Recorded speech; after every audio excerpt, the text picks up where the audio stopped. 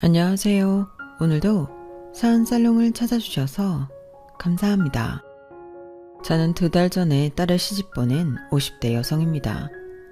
그리고 현재 저는 딸의 또 다른 엄마인 여자분과 나란히 옆집에 살면서 이웃이자 가족처럼 지내고 있는데요. 무슨 말인지 금방 이해가 가지 않으시죠? 네, 그럴 겁니다. 그만큼 저희 가족에겐 특별한 사연이 있거든요. 그리고 그 사연을 처음부터 전부 이야기하려면 책 10권은 거뜬할 정도로 사연이 좀 많은데요. 그래도 이번에 저희 2사람이 딸을 시집 보내면서 느꼈던 점이 많았던 만큼 간략하게라도 다른 분들께 저희 이야기를 들려드리고자 이렇게 사연을 적어보게 되었어요. 사실 옆집에 사는 송여사가 하도 부추겨서 쓰게 되었는데 모쪼록 부족한 재주라도 넓은 아량으로 끝까지 들어주셨으면 감사하겠습니다. 그럼 서로는 이 정도로만 하고 바로 이야기를 시작할게요. 저와 남편은 중매로 만났지만 참 많이 사랑했어요.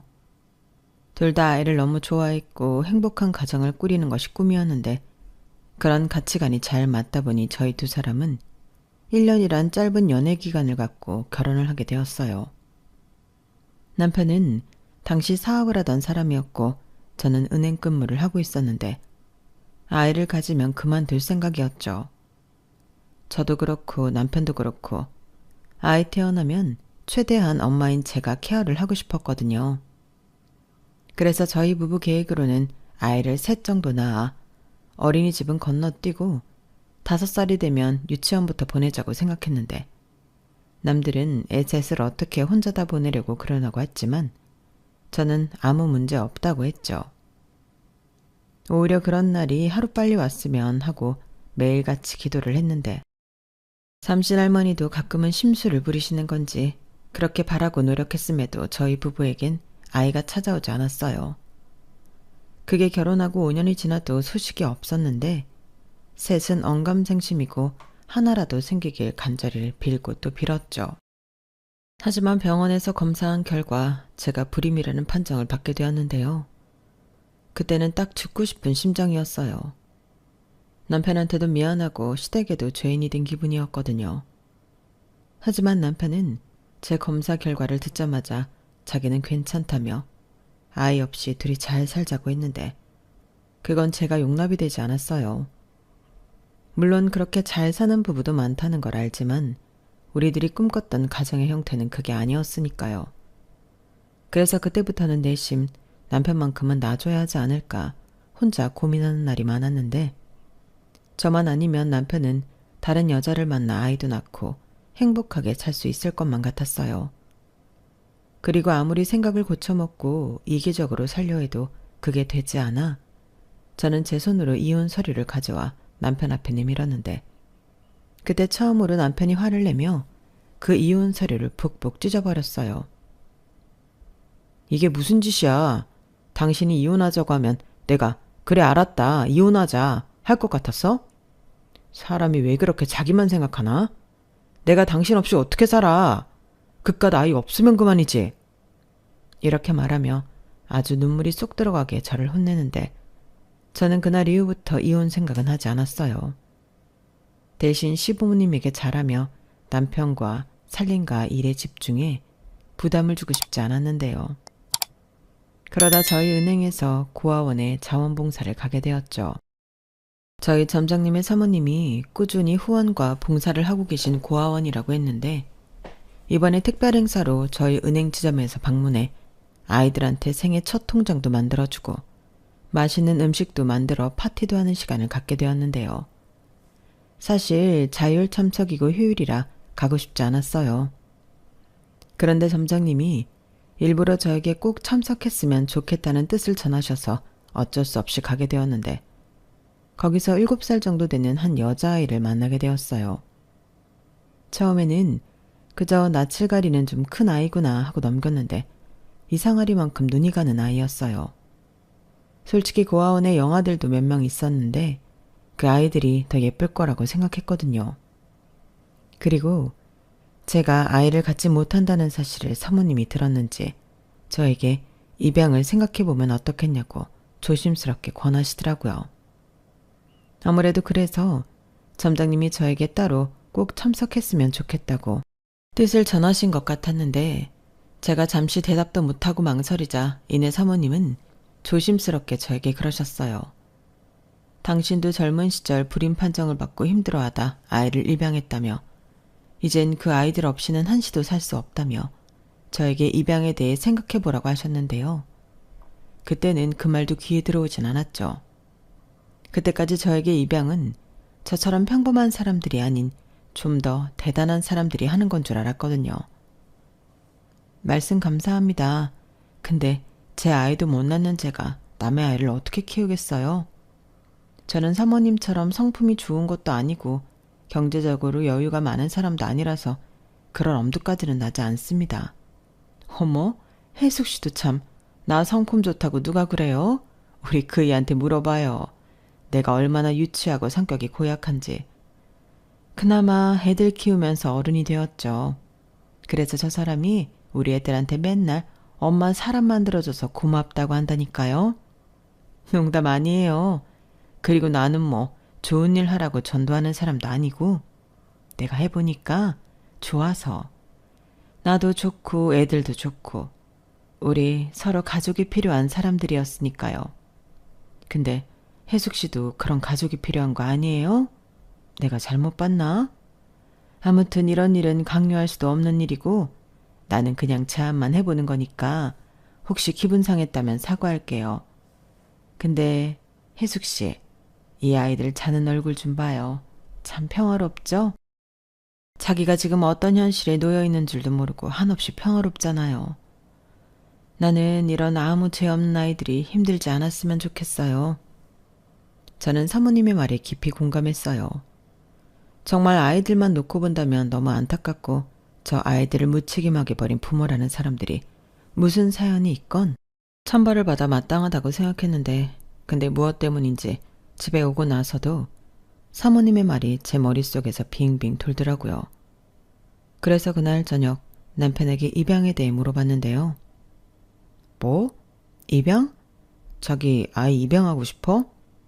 남편은 이렇게 의외라는 얼굴로 저에게 되물었어요. 사실 자기도 요즘 입양에 대해 생각하고 있었다며 나중엔 제가 먼저 말을 꺼내줘서 고마워하더라고요.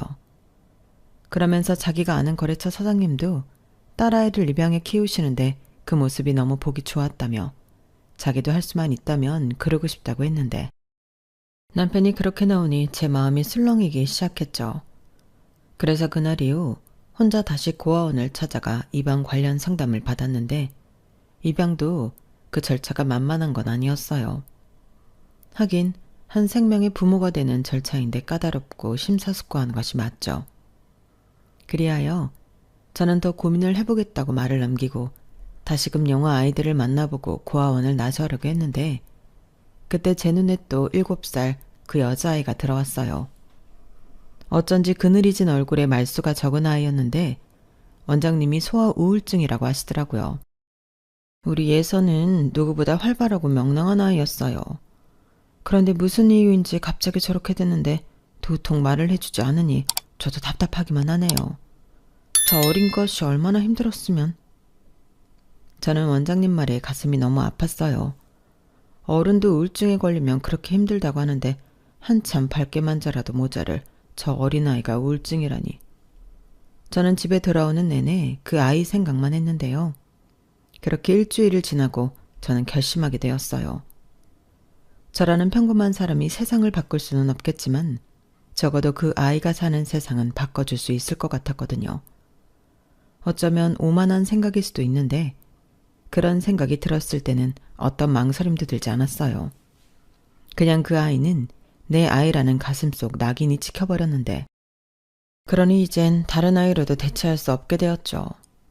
그리고 이런 제 결심을 저는 곧장 남편에게 말했는데요.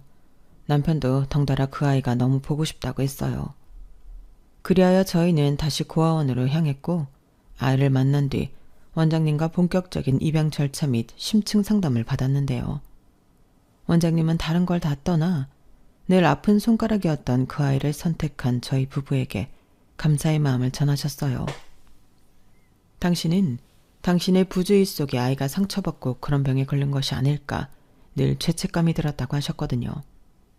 그리고 상황이 이렇다 보니 나라에서는 더 까다롭게 심사를 할 거라며 그래도 지치지 말고 포기하지 말아달라고 부탁을 하셨는데 저랑 남편도 이미 그때부터는 만반의 각오가 되어 있었어요.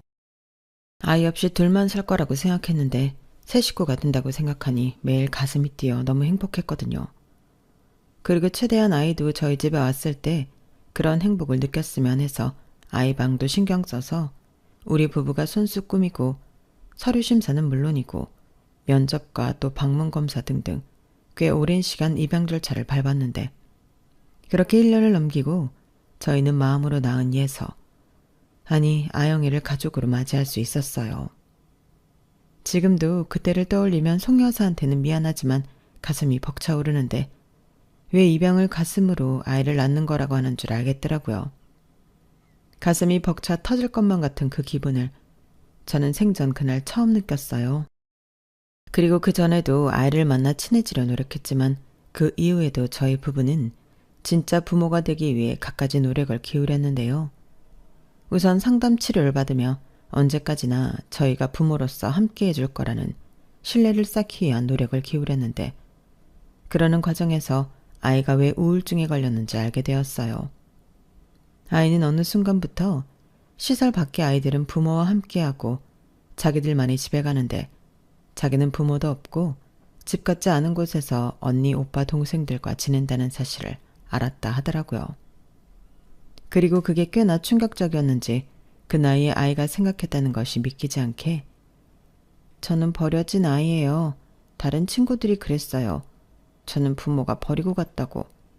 저는 필요 없는 애예요. 라는 말을 상담 선생님께 했다고 전해 들었는데요. 그 말을 듣는데 얼마나 울었는지 모릅니다. 그 작은 아이가 얼마나 그게 무섭고 두렵고 상처였을까. 제 가슴이 다 도련해지는 것 같았거든요. 그래서 저는 그날 이후 딸아이를 위해 살기로 마음먹었어요. 늘 한마디 한마디에 사랑을 담아 이야기했고 딸아이의 반응을 지치지 않고 기다리며 아영이가 딸이고 제가 엄마라는 것을 늘 자랑스럽게 얘기했는데 그런 노력이 아이의 마음에도 통했던 건지 점차 아영이는 변하기 시작했어요. 거의 한마디 하지 않던 아이가 두마디, 세마디 말을 하기 시작했죠. 그게 꼬박 1년이 걸렸는데 마치 크리스마스 선물처럼 아영이는 드디어 저희에게 엄마, 아빠라고 불러주었어요. 그때는 정말이지 세상을 다 가진 기분이었는데 그제서야 그토록 바라던 아이를 얻었다는 것이 실감이 나더라고요. 그리고 아이가 마음의 문을 열어준 것이 고마워 저도 남편도 우리는 언제까지나 너의 곁에 있을 거고 너를 지킬 거라고 약속하고 또 약속했는데요. 그렇게 저희는 새 식구로 새로운 출발을 하게 되었어요. 지금 생각해도 완벽했고 이보다 더 완벽할 것 없이 행복을 만끽하고 살았는데 한 5년 정도 지났을까요? 이런 저희들의 행복을 하늘에서 쉬게 하셨는지 저희 집에 날벼락이 떨어졌어요. 계속 바쁘다고 지방 출장을 가던 남편이 갑자기 사고를 당해 그 자리에서 사망했다는 연락이었는데 심장이 바닥으로 쿵 떨어지는 것만 같았죠. 그리고 그 이후에 알게 된 사실이 남편의 사업이 믿고 일하던 임원의 횡령과 사기로 부도가 났다는 거였는데요. 남편은 출장이 아닌 그 문제의 임원을 찾기 위해 그렇게 전국을 뒤지고 다녔던 거라 했어요.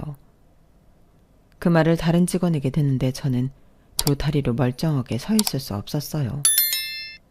아내라는 사람이 남편에 대해 이렇게 모르고 살았다니 허망하게 떠난 남편한테도 미안하고 스스로 용서가 되지 않았는데 떠난 남편이 그동안 얼마나 혼자 힘들었을지 생각하면 밥도 넘길 수 없었고 잠도 잘 수 없었어요.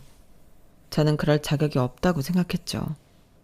그렇게 남편의 장례를 치르고 남편의 회사 빚은 고스란히 제가 떠안게 되었는데 마음 같아서는 상속 포기든 한정 승인이든 하고 싶었지만 그럼 당장 딸아이와 머물 곳이 없어지기에 저는 남편의 빚을 떠안기로 했어요.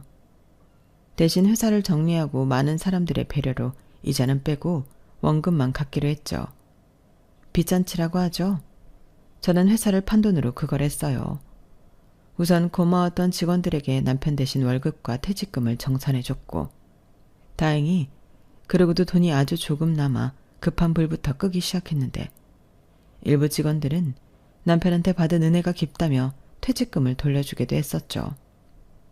그런 것만 봐도 남편이 얼마나 직원들을 아끼고 생각했는지 알 수 있었는데 이렇게 허망하게 보낼 줄 알았다면 따뜻한 밥이라도 더 해주고 사랑한다는 말도 더 자주 해줄 걸.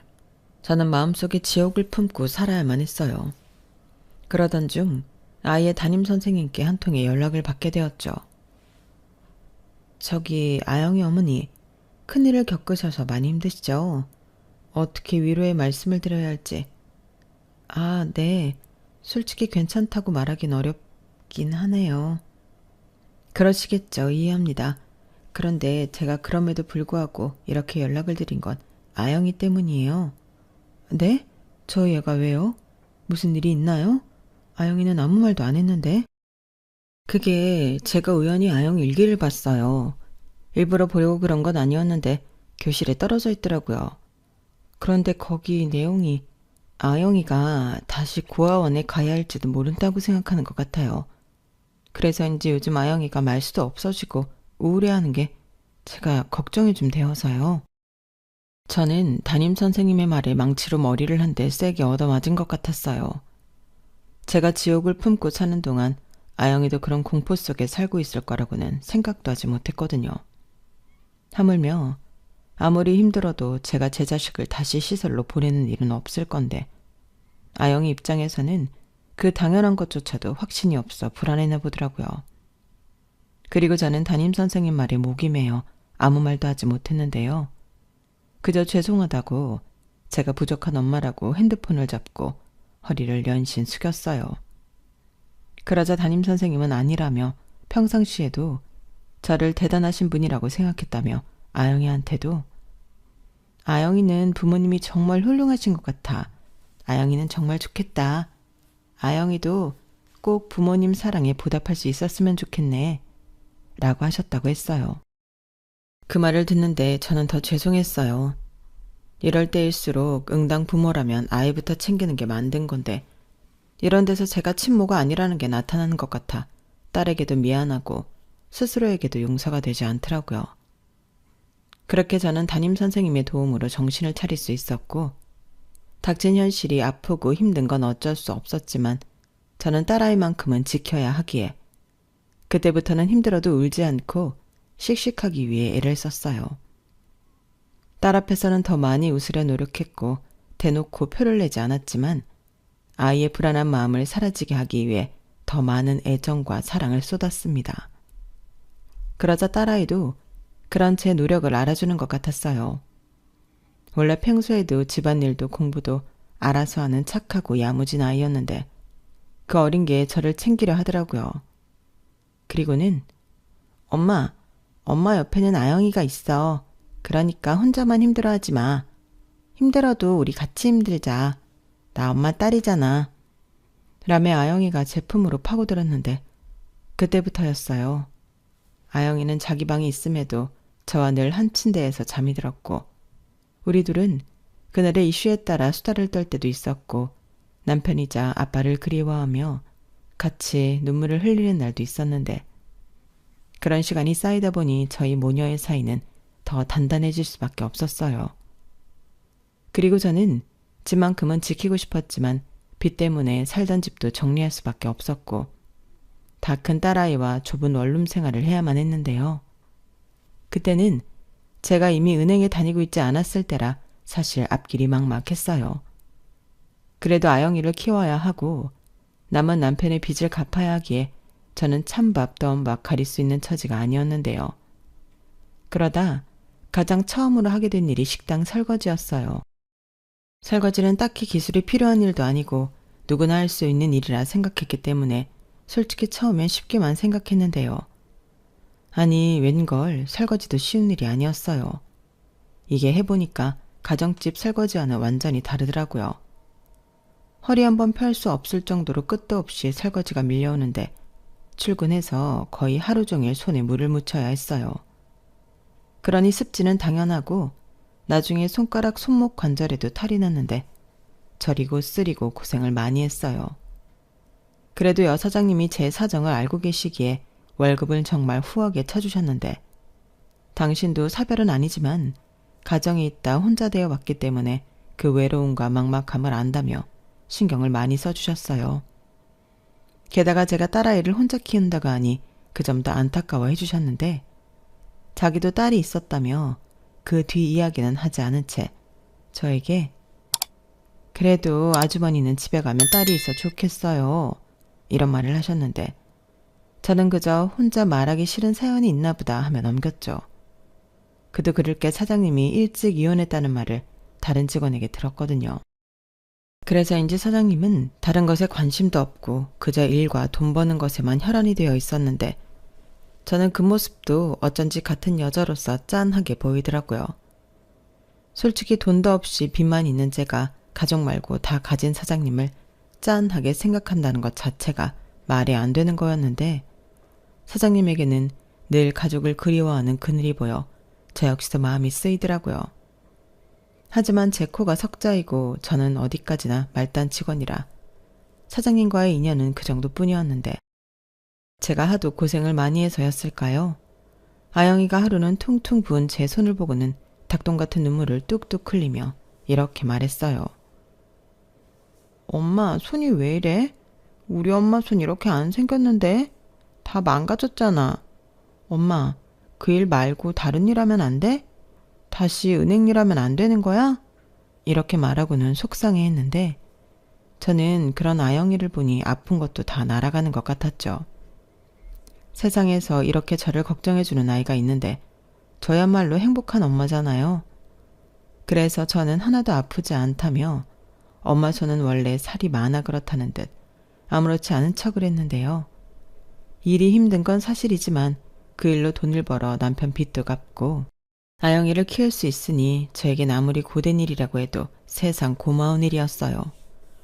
물론 그 벌이로는 부족해 집에서도 부업을 하는 등 저는 계속 일을 해야 했지만 그동안은 남편 덕에 편하게 살았으니 지금은 내가 가족을 위해 일할 차례라는 생각이 들더라고요. 지금 생각해보면 남편이 남긴 빚도 저에겐 사랑이었는데 비록 남편은 우리 곁을 떠났지만 남편 앞으로 있는 건 제 손으로 해결해주고 싶더라고요. 그래서 주변에서는 미련하다는 말을 들어도 아무렇지 않았는데 그동안 아무것도 모르고 나만 편하게 살았으니 이 정도 고생은 아무것도 아니라고 생각했어요.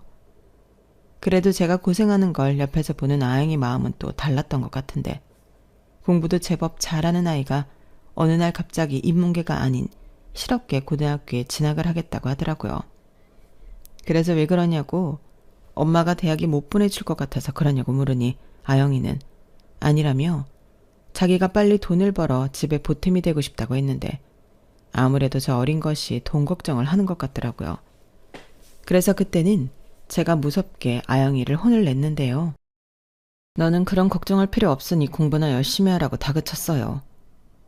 누가 너더러 그런 쓸데없는 걱정을 하라고 했어. 엄마가 왜 힘들게 일을 하는데 너 가르치려고 그러는 거잖아. 왜 화를 내고 그래. 나는 조금이라도 엄마한테 보탬이 되고 싶어서. 시끄러워. 엄마가 언제 보탬 되라고 했어? 너는 네 공부나 신경 써.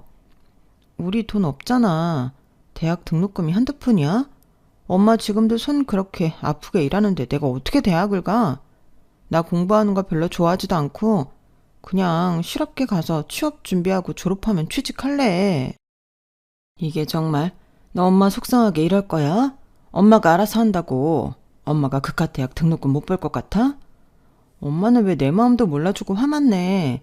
나는 엄마한테 짐되기 싫어. 솔직히 나는 친딸도 아니고. 뭐야? 저는 순간 딸의 말에 저도 모르게 손이 올라가고 말았어요. 그러자 저도 아영이도 깜짝 놀랐는데 저는 맹세코 단 한 번도 아영이가 친딸이 아니라는 생각을 한 적이 없었거든요. 그리고 아영이 역시 그런 생각은 하지 않을 거라고 믿었는데 아영이 입에서 친딸이 아니라는 말이 나오니 저도 모르게 그런 하지 말아야 할 행동을 하고 말았어요. 그리고 저는 곧장 아영이한테 미안하다고 사과하며 아이 얼굴을 감쌌는데 그날은 저도 아영이도 상처만 가득한 날이 되고 말았어요. 엄마를 걱정하고 생각하는 그 마음을 몰랐던 게 아니었는데 막상 그런 생각하지도 못한 일이 벌어지니 뭘 어떻게 해야 할지 모르겠더라고요. 그래서 그저 미안하다고, 하지만 엄마는 아영이 엄마니까 끝까지 노력하고 싶다고 제 진심만 반복해서 말할 뿐이었는데, 저보다 더 어른스러운 아영이는 제 진심을 모두 알아주었어요. 자기는 엄마에게 부담을 주고 싶지 않았지만 엄마의 생각을 알았다며 자기도 앞으로 더 열심히 공부하겠다고 했는데, 그제야 저도 안심이 되었어요. 부모라면 당연히 나보다 내 자식이 편하게 살길 바라잖아요. 그래서 저는 힘 닿는 데까지 아영이 뒷바라지를 하고 싶었는데, 친정은 그런 저를 이해 못하겠다 하시더군요. 사실 친정 부모님이 더 모질게 말씀하셨는데, 친딸도 아니고 남편도 없는 마당에 무슨 사서고생을 하냐며 저더러 다 그만두라고 하셨어요. 그렇기 때문에 저는 친정 도움도 전혀 받을 수 없었고, 시댁은 남편이 남긴 빚이 있다는 걸 알았기 때문에 제 연락을 피하셨는데, 솔직히 서운하지 않았다고 하면 거짓말이지만 저는 그냥 다 묻어두기로 했네요. 그들도 아들을 잃었는데 그 속이 오죽할까. 저라도 괴롭히고 싶지 않았어요. 그렇다 보니 저는 아영이 말고는 아무도 없었는데, 어떻게 보면 그런 점이 사장님과 비슷하다 여겼던 거죠. 그래서 저도 열심히 일하며 사장님 가게에서 8년 정도 있었는데, 도저히 손이 아파 더는 일을 할 수 없게 되어 저는 가게를 그만두게 되었어요. 사장님이 설거지 말고 다른 일을 시켜주겠다고 배려를 많이 해주셨는데, 그 역시도 손을 많이 써야 하니 할 수가 없더라고요. 장사가 잘 되는 가게인데 제가 민폐를 끼칠 수는 없으니까요. 그래서 저는 다른 일을 찾아보게 되었고, 건물 청소와 어린이집 식당 보조 일을 하며 살았는데, 고맙게도 아영이가 공부를 열심히 해줘서 대학도 장학금 받아서 가고 저의 부담을 덜어줬어요.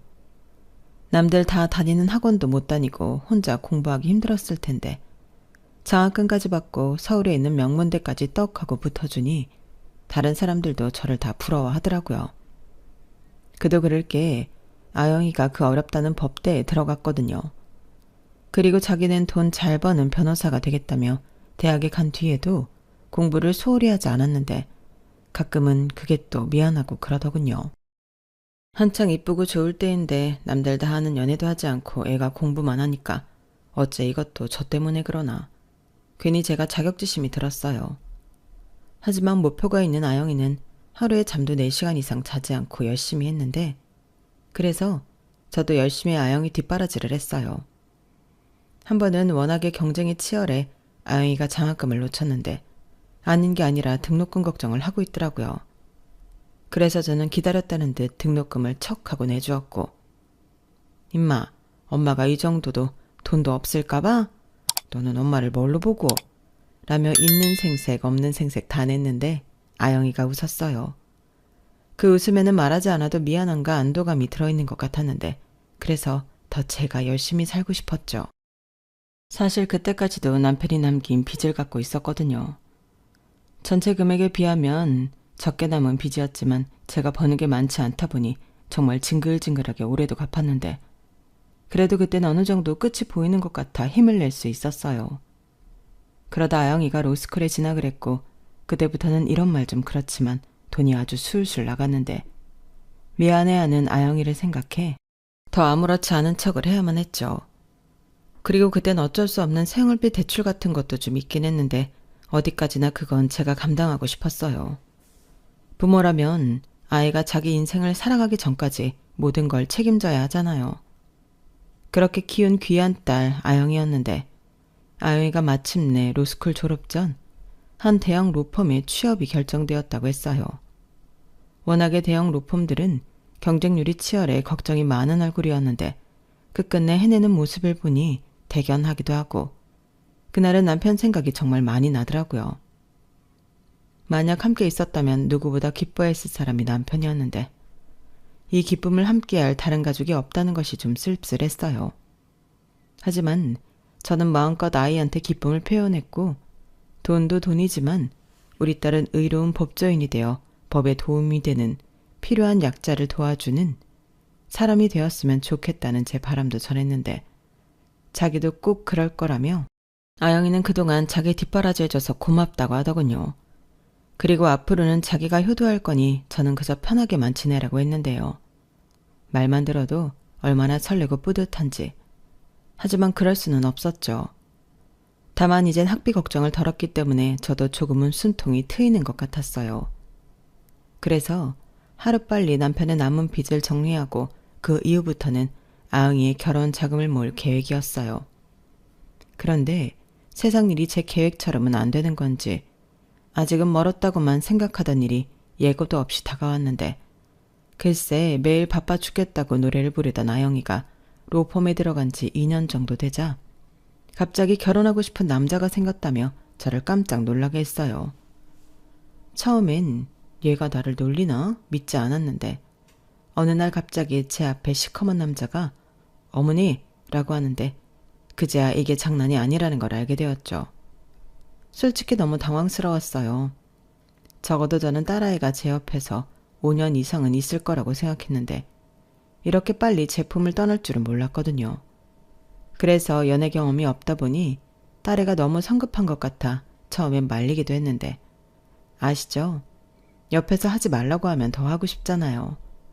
그리고 그게 남녀 사이면 더한 일인데 둘이 아주 애틋해 죽더라고요. 그러니 나중엔 더 말릴 수도 없게 되었는데 사실 제가 준비한 것이 너무 없다 보니 딸의 결혼이 반갑지 않았거든요. 그런데 그런 제 마음을 알았던 건지 저에게 따로 준비할 것도 없다고 했는데 저는 그건 용납할 수 없었어요. 엄마가 딸을 시집 보내는데 어떻게 딸랑 몸만 보내냐고요. 그래서 그건 내가 싫다고 내가 알아서 혼수며 예다니며 하겠다고 큰 소리를 뻥뻥 쳤는데 솔직히 말만 그랬지 사실은 막막했어요. 처음엔 몰랐는데 상견례 자리에 나가보니 사위네 집안이 여간 평범하지 않더라고요. 소위 말해 있는 집 아들이었는데 사돈 내외분들이 인상이 좋아 보여 다행이었지만 저는 제 딸이 나중에 돈 한 푼 없이 시집왔다고 책이라도 잡힐까봐 마음이 좋지 않았어요. 심지어 이 순진한 것이 자기가 입양하라는 것까지 모두 이야기했다고 해서 저는 그것도 저희 아이한테 약점이 될까봐 마음을 졸였는데 이런 제 마음도 모르는 사람들은 아유 딸이 변호사 되더니 있는 집에 시집도 가고 좋겠네 라고 한가한 소리나 했지만 제 마음은 아니었거든요. 하지만 시간이 지나면서 사위도 또 사돈도 좋은 사람들이라는 걸 느끼게 되었는데 하기사 그러니 제 딸이 입양아에 없는 집에 호르몬 밑에서 자랐다는 사실을 알고도 결혼을 허락하셨겠죠. 게다가 제가 조금이라도 부담을 느낄까 늘 먼저 배려해 주셨는데 제 못난 자격지심에 그런 것도 싫었던 것 같아요. 그때는 특히 우리가 형편이 옛날처럼 좋았다면 더 당당하게 우리 딸을 시집 보낼 수 있었을 텐데 하는 아쉬운 마음도 들었는데요. 그냥 엄마 마음에 아무것도 해줄 수 없는 제 처지가 그저 야속하기만 하더라고요. 그래서 과부 땡빚을 얻더라도 내가 내 딸만큼은 어디 가서 꿀리지 않도록 준비해서 시집 보내겠다는 마음을 먹었는데 그러다 충격적인 연락을 받게 되었어요. 엄마, 놀라지 말고 들어. 나 친엄마 찾은 것 같아. 엄마, 나 어떡하지? 뭐? 갑자기 그게 무슨 말이야? 그게 있잖아. 내가 사건 때문에 경찰서에 왔는데 여기 붙어있는 실종 게시판에 내 사진이 있어. 저는 아영이의 말에 심장이 쿵 하고 떨어지는 것 같았어요. 이런 경험은 남편 소식을 들은 후로 2번째였는데 어떻게 이런 일이 있을 수 있나 믿고 싶지 않았어요. 그래서 네가 잘못 본 거라고 그런 일이 어떻게 일어날 수 있겠냐고 애써 부정했는데 아영이는 아니라고 자기 어릴 때 모습이랑 똑같다고 했는데요. 저는 꿈을 꾸고 있는 것 같았어요. 아주 지독한 악몽이었죠. 하지만 아무리 부정하려고 해도 아영이는 아니라고 말했고 저는 떨리는 목소리로 아영아, 아영이는 엄마 딸이잖아. 근데 친엄마가 보고 싶었던 거야? 물었는데요. 저는 내심 보고 싶지 않다는 말을 듣고 싶었어요. 아니, 이러다가는 혼자 어렵게 키운 내 딸을 친엄마한테 뺏길 것만 같았는데요. 그렇게 겁이 날 수가 없더라고요.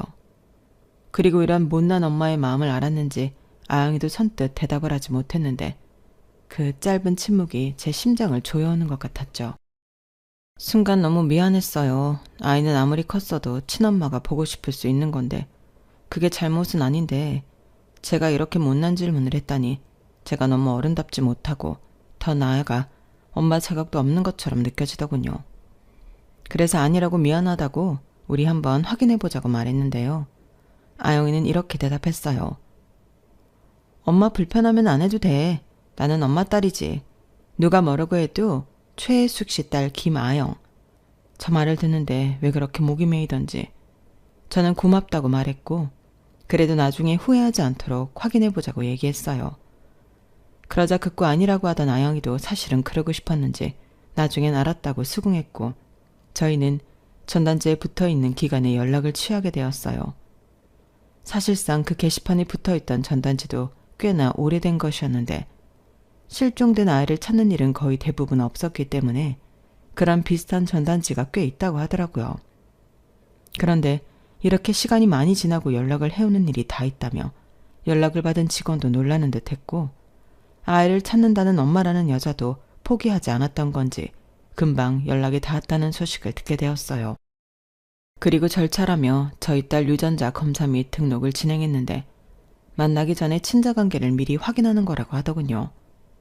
그렇게 그 결과를 기다리는데 하루가 1년 같았어요. 아이가 친모를 찾았으면 좋겠다는 마음 반, 친자가 아니라고 결과가 나오길 바라는 마음 반이 뒤섞여 밤에 잠도 오지 않았는데 만약 친엄마가 맞다면 이제 나는 어떻게 해야 하나 5만 가지 생각이 다 들었죠.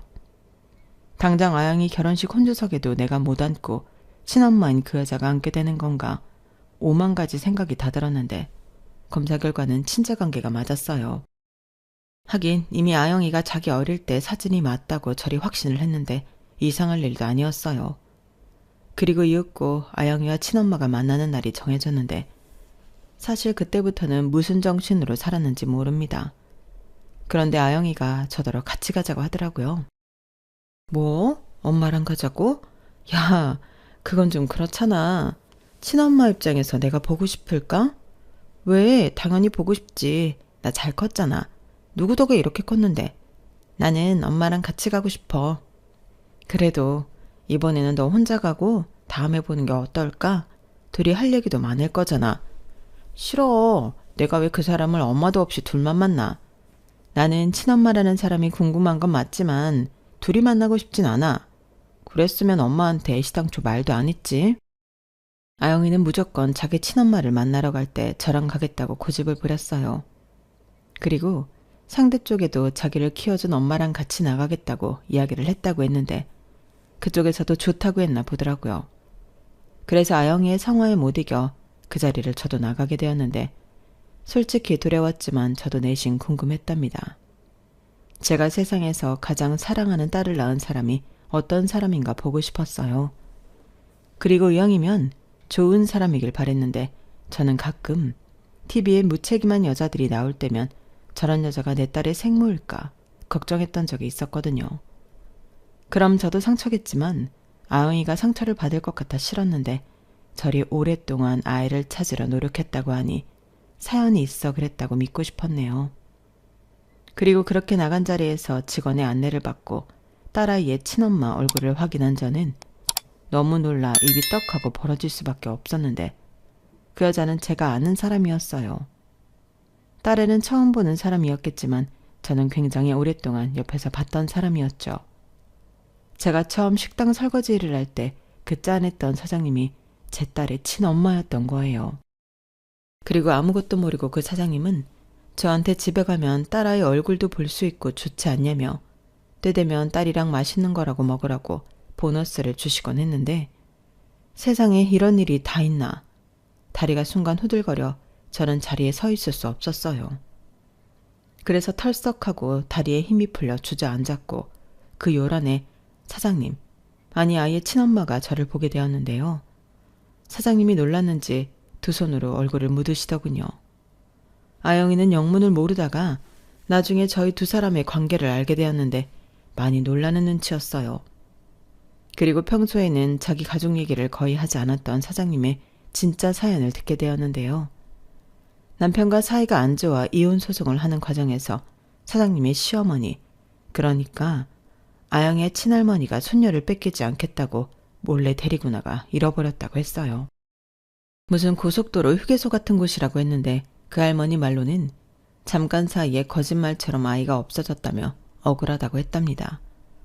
자기도 손녀를 잃어버린 피해자라고 했대요. 아니, 애를 잃어버리고 할머니라는 사람이 그딴 소리를 할 수가 있나요? 저는 듣기만 해도 너무 화가 났는데 친엄마인 사장님 속이 어땠을까? 저는 감히 짐작도 되지 않았어요. 그리고 그런 사연이 있으니 얼굴에 그늘이 있었구나. 예전에 제가 느꼈던 그 감정의 이유도 알 것 같았는데요. 사장님은 제 손을 꼭 잡고 고맙다고 하셨어요. 우리 딸 끝까지 잘 키워줘서 너무 고맙습니다. 포기하지 않고 끝까지 잘 지켜주셔서 제가 너무 감사해요. 정말 감사해요. 이렇게 계속 고맙다, 감사하다 하셨는데요. 저는 거꾸로 너무 죄송했네요. 친엄마가 아니길 바랬고 또 그런 실종 전단지가 경찰서 게시판에 붙어 있었다는 것도 너무 싫었는데 그런 제 못난 마음이 찔렸거든요. 그리고 사장님을 통해 나는 아영이를 만나 의지하고 버틸 수 있었지만 사장님은 아영이를 잃어버리고 얼마나 오랫동안 끝도 모르는 지옥에서 힘들었을까.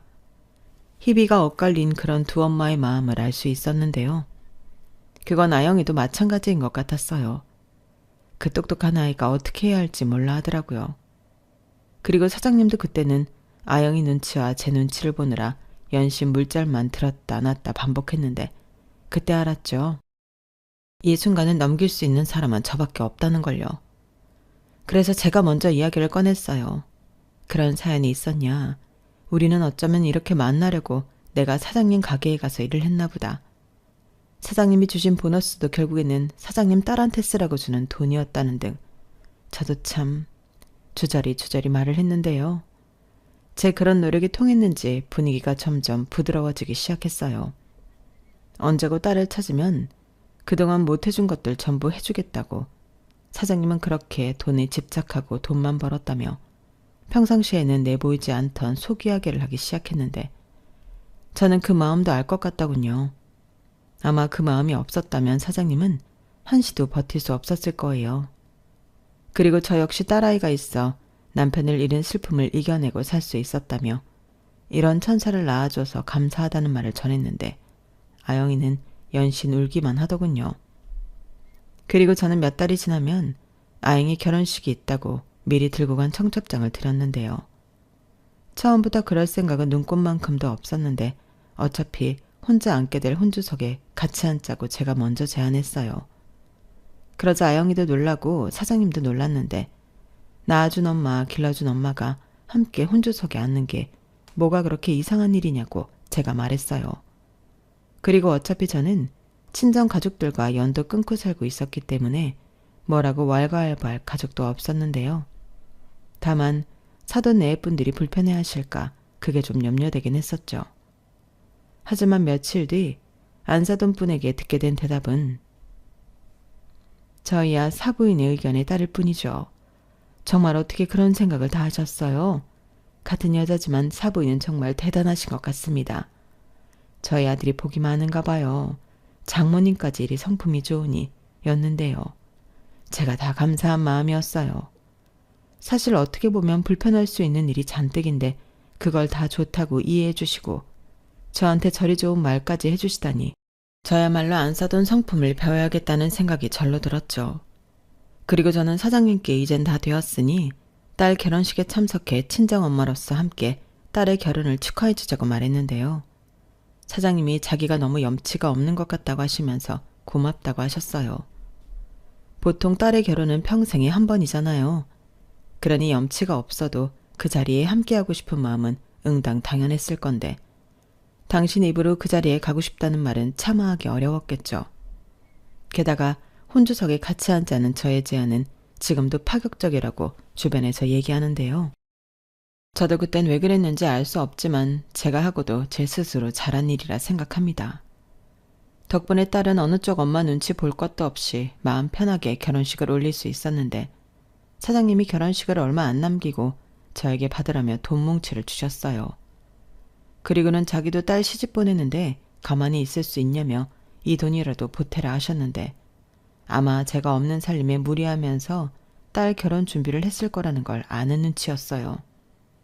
하지만 행여 제 자존심을 상하게 할까 굉장히 조심스럽게 말씀하셨는데 솔직히 그 돈을 거부하고 싶지 않았어요. 사장님의 마음도 너무 잘 알겠고 저 역시 무리해서 준비한 것이 맞다 보니 이 돈으로 우리 딸 더 잘 준비해 시집 보내고 싶었거든요. 왜 엄마 마음이라면 그렇잖아요.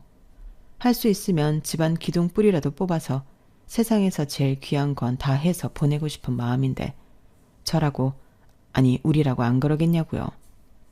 그래서 저랑 사장님은 그 몇 달을 거의 매일 만나며 아영이 결혼식 준비를 함께 했는데 그러는 시간 동안 서로 많은 걸 알게 되었어요. 그전에는 남편 죽고 딸이랑 힘들게 사는 여자, 가족은 없지만 돈은 많은 사장님, 이 정도로만 알고 지내던 저희 두 사람이 서로의 살아온 그 시간을 공감하고 이해하며 서로의 마음을 보듬기 시작했는데 그때 딸의 결혼식을 하루 앞두고 아영이의 제안으로 셋이서 함께 잠을 자게 되었어요. 한 번은 이렇게 해보고 싶었다며 저랑 사장님 사이에 누웠는데 그때 기분이 참 이상했죠.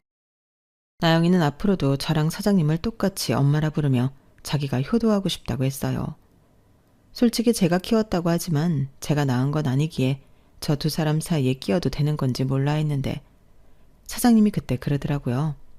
저만 좋으면 서로 나란히 옆집에 살면서 자매처럼 가족처럼 지내고 싶다고요. 이미 둘 다 가족이라고는 아영이밖에 없으니 남은 시간은 그리 사는 것도 좋지 않냐며 집은 자기가 사겠다고 하는데 이게 도대체 무슨 상황인지 저는 아무런 대답도 못했는데요. 그 이후부터는 사장님이 좋다고 아주 일사천리로 준비를 하더라고요.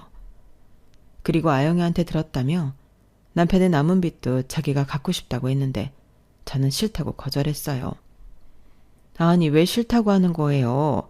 나는 내가 우리 딸한테 못 해준 거 해주는 거예요. 아니죠. 그게 왜 그렇게 돼요? 그건 제 남편 빚이잖아요. 아니에요.